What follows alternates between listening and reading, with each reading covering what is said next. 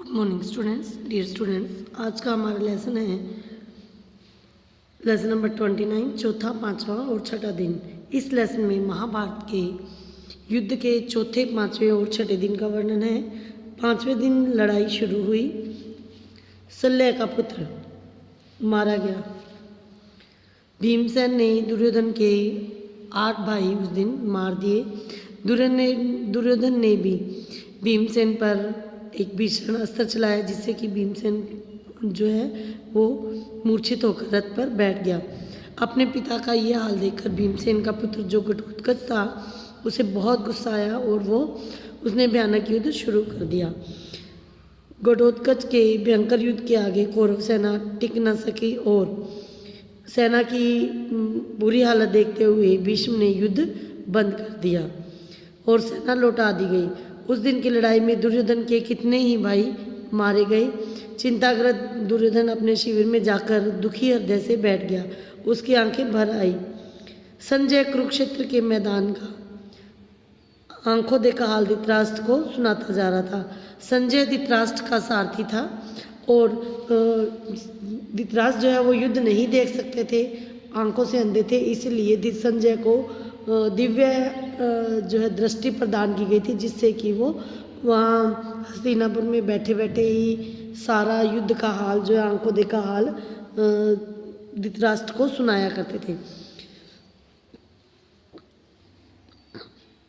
वहाँ युद्ध का बयान सुनते सुनते धृतराष्ट्र भी दुखी हो गए और उनकी दुख और सहन शक्ति जब भारी हो जाती तो वो कुछ कह सुनकर अपना दुख को हल्का कर लेते। दुर्योधन बड़ी देर तक विचारों में डूबा रहा। इसी प्रकार सोचते सोचते उसे नींद आ गई।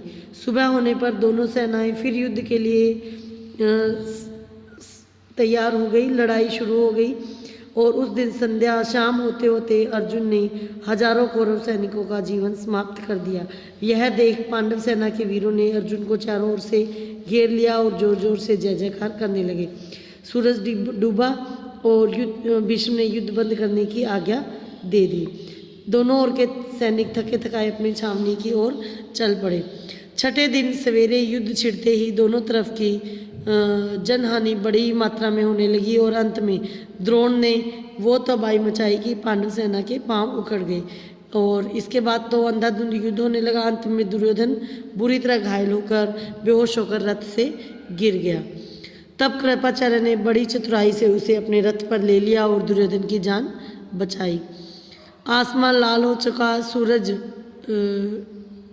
डूबना ही चाहता था, फिर भी कुछ समय तक युद्ध जारी रहा और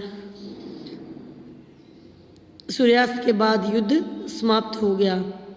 आज का युद्ध यानी छठे दिन का युद्ध इतना ज़्यादा भयंकर था कि धृतराष्ट्र और भीमसेन के सकुशल शिविर में लौटने पर युधिष्ठिर ने बड़ा आनंद और खुशी मनाई। ये था बेटा आपका 29वां चैप्टर। इस चैप्टर में चौथे दिन में और पांचवें दिन में पांडव विजयी रहे और छठे दिन कौरव विजयी रहे।